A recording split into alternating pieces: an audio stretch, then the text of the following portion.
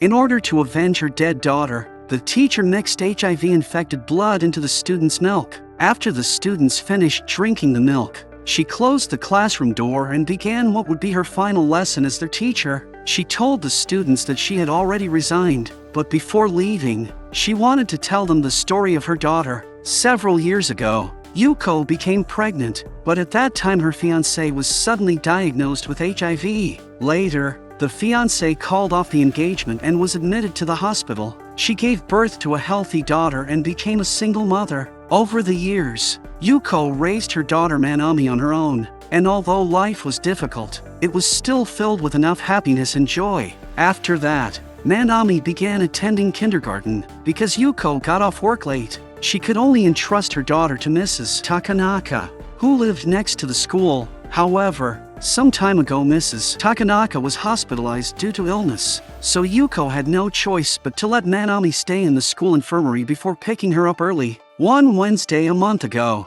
she suddenly discovered that Manami had disappeared from the infirmary. After an anxious search, Yuko finally found her daughter's body in the school swimming pool. The police concluded that it was an accidental fall into the water that led to drowning. The grief of losing her daughter almost crushed her in those days. But after she finished arranging the funeral and began sorting through her daughter's belongings, she discovered something that did not belong to her daughter. It was a small pink rabbit shoulder bag. When they had once gone shopping at the mall, Manami had begged to buy it, but at that time Yuko had not purchased it for her. This shoulder bag that should not have existed aroused Yuko's suspicion. She realized that her daughter likely did not die by accident. After a period of secret investigation, she concluded that her daughter had in fact been murdered. Yuko told the students that there were two killers, and that those two people were sitting in this very classroom. However, Yuko did not reveal the names of the killers, nor did she intend to report them to the police, because according to the law protecting minors, children under the age of 14 do not bear criminal responsibility, even if accused of intentional homicide. The killers, who were only first-year middle school students, would not receive any punishment. Yuko began using 1 and 2 as code names to describe the characteristics of those two individuals. The students below began speculating about the identities of the killers. Killer number 1 had outstanding academic performance and appeared on the surface to be a fairly normal student, but Yuko occasionally heard rumors from other students that since elementary school, number 1 had enjoyed harming small animals. He would use tools he invented himself to kill kittens and puppies, and he even uploaded the process to a website he created called the Genius Doctor Laboratory. From a young age, he believed that he was a genius superior to ordinary people. At that time, Yuko once tried to verify whether this information was true or false, until one day, number 1 voluntarily came to Yuko's office. He handed Yuko a small wallet and excitedly told her, "This is my latest invention."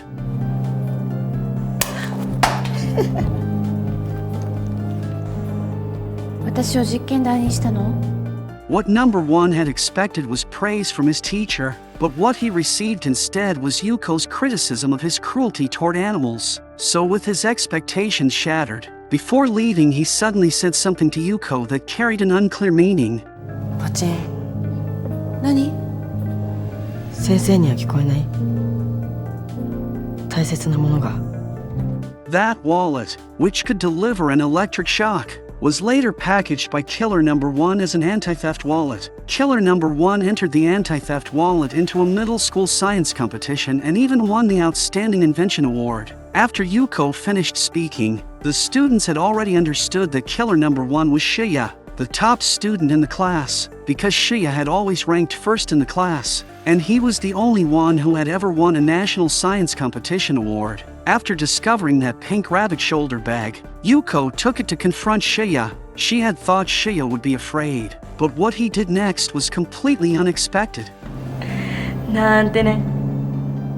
After that, Shuya proudly admitted in front of Yuko that he was the one who killed Manami. After the anti-theft wallet won the award, Shuya believed that as a genius he would receive nationwide attention and praise. However, on that very day, a shocking piece of news unexpectedly broke. A 13-year-old girl had poisoned her entire family, and the case dominated every newspaper headline. The girl, Naoki, used poison to kill her family of 4, and even live-streamed the entire process online. However, because Lunaki was under 14 years old, she ultimately only had to write a letter of apology and was then released from the police station. The Lunaki murder case shocked the entire nation, and the news of Shuya's award was reduced to a tiny corner of the newspaper. This incident made Shuya furious, and he stubbornly believed that only by committing a killing would he gain more attention. After finishing the story of killer number 1, Yuko began to describe the characteristics of killer number 2. Unlike the academically outstanding Shuya, number 2 was an introverted boy with the lowest grades in the class. Once, number 2 skipped school to go to a game arcade, but unfortunately he was targeted by a few local troublemakers. In his panic, number 2 ran all the way to the police station. The police then contacted Yuko, who was his homeroom teacher, to come pick him up. However, Yuko did not go in person at that time and instead asked the male homeroom teacher next door to go in her place, because not long before, a scandal had occurred at the school. A female student had been criticized by a male teacher, and out of resentment she decided to set a trap in retaliation. She sent the male teacher a message saying she wanted to end her life, but when the teacher rushed over, she took photos and falsely accused him of stalking and harassment. As a result, the school introduced a rule that when students encountered problems outside campus, they could only be handled by a teacher of the same gender. Afterward, killer number 2 was punished with cleaning the swimming pool for going to the arcade. Yet for no clear reason he developed hatred toward Yuko. These matters were not Yuko's subjective speculation, but things that killer number 2 personally told her after she went to his home. After Yuko said all this, the entire class had already guessed that killer number 2 was Naoki from their class. One day a month earlier, Shuya suddenly approached Naoki and invited him to join his plan. Shuya wanted to find a test subject for his new version of the anti-theft wallet. Yuko's daughter, whom they both disliked, became the perfect target. Naoki once saw Manami wanting the pink rabbit shoulder bag at the mall, so they bought the bag and used it as bait. On Wednesday, the two of them approached Manami and lied, saying this was a gift your mother secretly prepared for you. The young Manami believed it, and the moment she touched the zipper, she was knocked unconscious by an electric current that had been intensified 3 times. Shuya thought Manami had already been electrocuted to death, and feeling satisfied, he told Naoki to spread the word that he had killed someone. In fact, Shuya never wanted to be friends with the underachiever Naoki. He approached Naoki only to find a witness. However, what Shuya did not expect was that after he left, a series of Naoki's actions ruined his plan to become famous. Cowardly Naoki was afraid of being suspected, and in his panic, he threw the pink rabbit shoulder bag into Mrs. Takanaka's yard. Then he picked up Manami and threw her directly into the swimming pool. After telling the story of the 2 killers, Yuko confessed to the students that she would not call the police. As a teacher responsible for educating and guiding children, she felt obligated to lead students who had strayed back onto the right path. In order to make those 2 feel the importance of life, she mixed the blood of an HIV patient into their milk.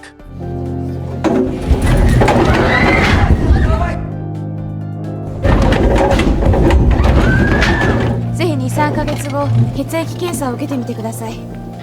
効果が出ていれば、潜伏期間は5年から10年。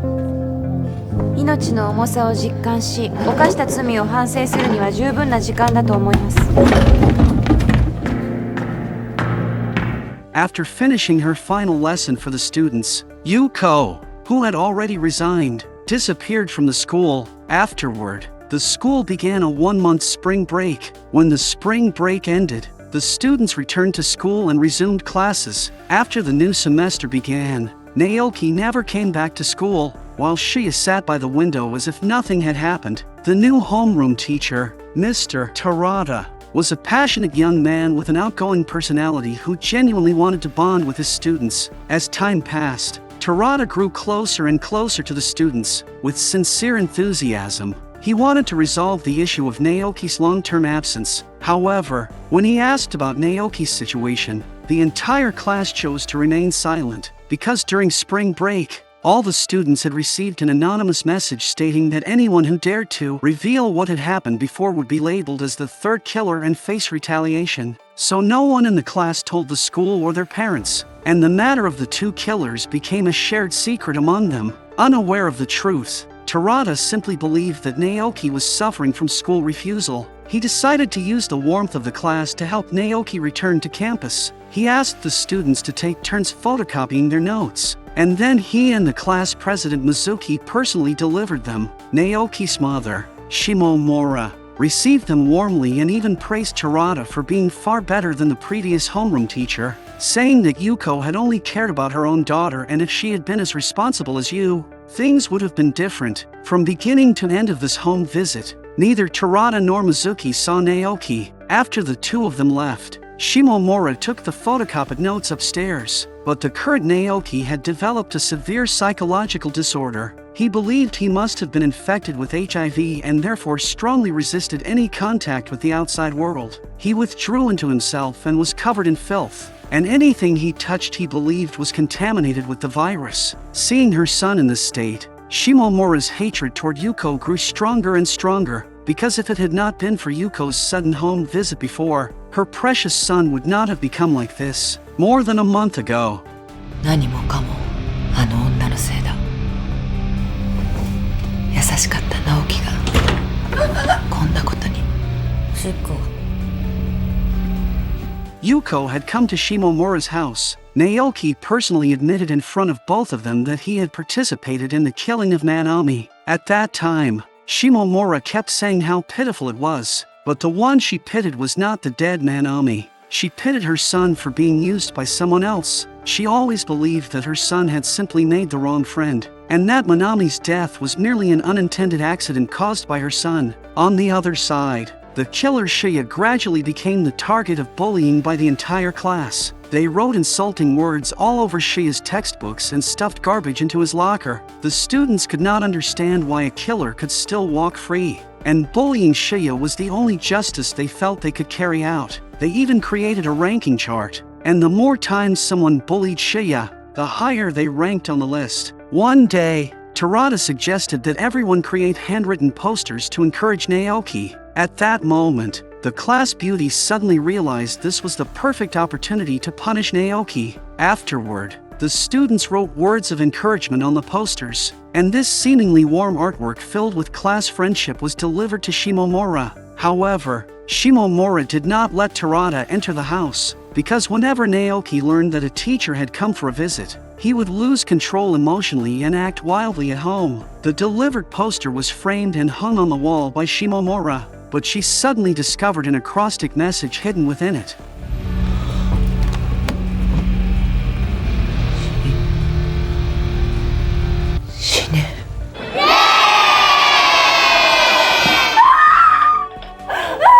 On this day, Terada received an anonymous letter reporting wrongdoing. He learned that the entire class had been privately bullying Shuya. He believed the cause was jealousy over Shuya's outstanding academic performance, so he criticized the entire class. Afterward, the whole class launched an investigation to find the informant, and the class president Mizuki naturally became the prime suspect, because she had never bullied Shuya, and her score on the bullying ranking chart was 0. In order to punish the killer and the informant, the students decided to carry out what they called a kiss punishment on the two of them. That night, Shuya arranged to meet Mizuki. He took out a medical report and told Mizuki that he had not been infected with HIV at all. Shuya's intention was to reassure Mizuki that she did not need to worry about being infected. But in fact, Mizuki had already known from the beginning that Yuko had lied, because even after drinking milk containing HIV, the probability of infection is actually extremely low.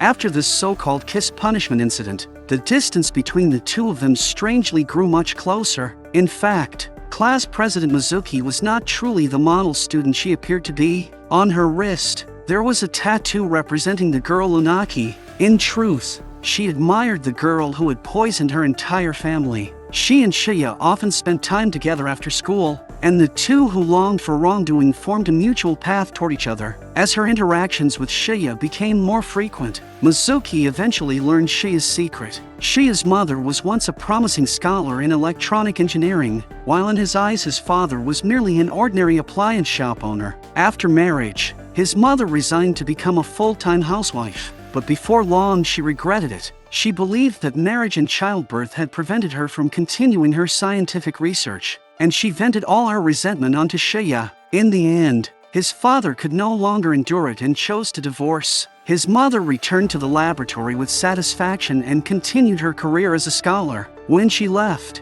she was resolute, and even though Shuya chased after her from behind, she did not turn back to look at him even once. Shuya inherited his mother's high intelligence, and in his heart he always regarded his mother as someone to admire. He longed to receive her love and attention, but ever since his mother left, she never appeared again. Later, his father remarried and had a new child, but in Shuya's eyes, this was simply two fools giving birth to another fool. Proclaiming himself a genius, he often stayed in his room creating small inventions. In order to attract his mother's attention, he even created a personal website, uploading every new invention he made. But as the years passed, his mother still never noticed him. His anti-theft wallet won a national award, yet the more sensational Naoki case stole all the spotlight from him. He imitated Naoki and killed Yuko's daughter, but in the end Yuko did not choose to report him to the police. Later, when he learned that he had drunk milk containing HIV, he did not feel afraid at all. Instead, he felt strangely happy, because if he had truly been infected, then surely his mother would come back to see him. But the final test report showed that he was not infected, and the maternal love he had been desperately waiting for never arrived. Just as Shuya was thinking about how to gain his mother's attention, Mizuki unexpectedly ran into the long-absent Yuko on a weekend. She saw Yuko sitting at the same table with Terada, and it turned out that the two teachers actually knew each other. When confronted by Mizuki, Yuko directly admitted that she was the mastermind behind everything. As a senior teacher, she often met with Terada, and Terada had received many teaching suggestions from her. It was she who asked Terada to visit Naoki's home regularly, with the purpose of deepening Naoki's psychological trauma, and it was also she who told Terada about Shuya being bullied, so that the students would intensify their mistreatment of Shuya. She originally thought that Shuya and Naoki would take their own lives because of this, but later she realized that this level of pressure was still far from enough. Mizuki began to defend Shuya, saying that everything he had done was only to gain his mother's attention. After hearing this, Yuko did not become angry but instead smiled. She had never expected that her daughter had died for such a childish reason, but she also captured a crucial piece of information from Mizuki's words. This piece of information would later completely push Shuya into the abyss. In fact, Yuko's guidance had indeed taken effect. Under the weekly pressure of home visits, Naoki gradually broke down and eventually lost his sanity. One day, he went to a convenience store and smeared his own blood onto the goods on the shelves. Afterward, Shimomura apologized on behalf of her son and bought back all the blood-stained products. When they returned home, Naoki finally confessed the truth. He told his mother that he had drunk milk mixed with HIV. それを僕がプールに落としたから。え？あの子は僕の目の前で目を覚ましたんだ。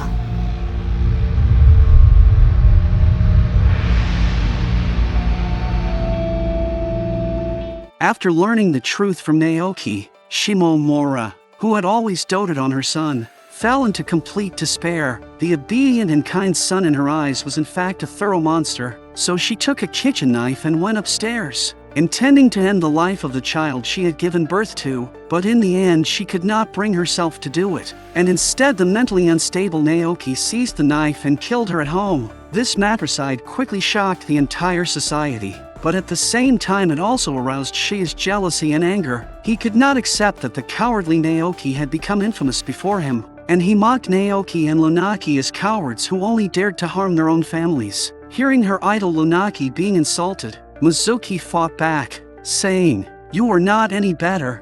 自分捨ててったままのこといつまでも思い続けて悩んでるだけで会いに行く勇気もないじゃん。怖いんでしょ。会いに行って拒否されるのが。本当はとっくにママに捨てられてることに気づいて。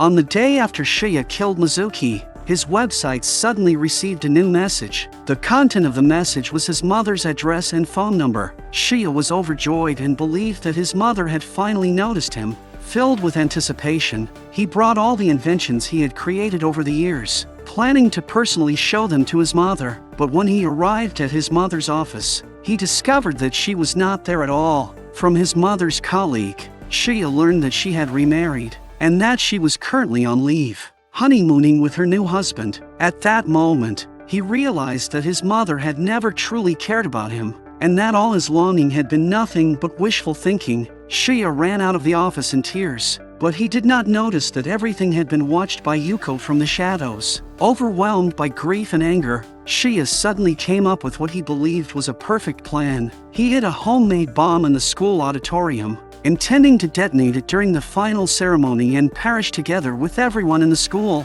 After explaining his motive and process in a video, he uploaded it to his website. This would certainly make headline news, and his death would absolutely attract his mother's attention. Soon afterward, the final ceremony arrived as scheduled. As the outstanding student representative, Shuya delivered a speech on stage. After getting an inspiring and positive talk, he quietly took out the phone that would trigger the bomb. After pressing the detonation button, Shuya waited for dozens of seconds, but the expected explosion never came. He looked down beneath the podium and discovered that the bomb he had hidden earlier had disappeared. Shuya walked down from the stage in confusion, and suddenly he received a call from Yuko. Yuko told Shuya, "I was the one who left the address on the website, and I was also the one who removed the bomb from the auditorium, and I took those bombs to meet the person you most wanted to see. I told her everything, including how much you loved her, and how many people you harmed in order to gain her attention. I also discovered that she had not forgotten you, and that there was still a trace of maternal love left in her heart. I placed your gift in her office, and then prayed that you would not press the switch, but now I feel it is unfortunate, because in the end you still pressed the detonation button."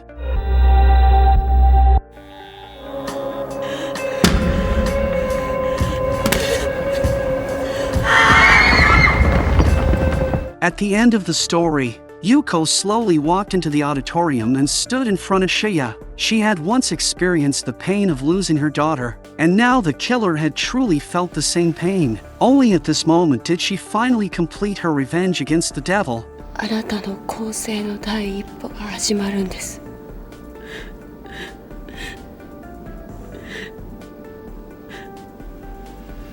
なんてね。At the very end of the film, Yuko says, "Just kidding." This line is the suspense the director leaves for this dark story. Does just kidding mean giving him a chance to start over? Or does it mean sending the bomb to his mother instead? The director does not reveal which answer is correct, but many people prefer to believe it is the former, because after personally destroying the person one loves the most, there is no longer any possibility of starting over.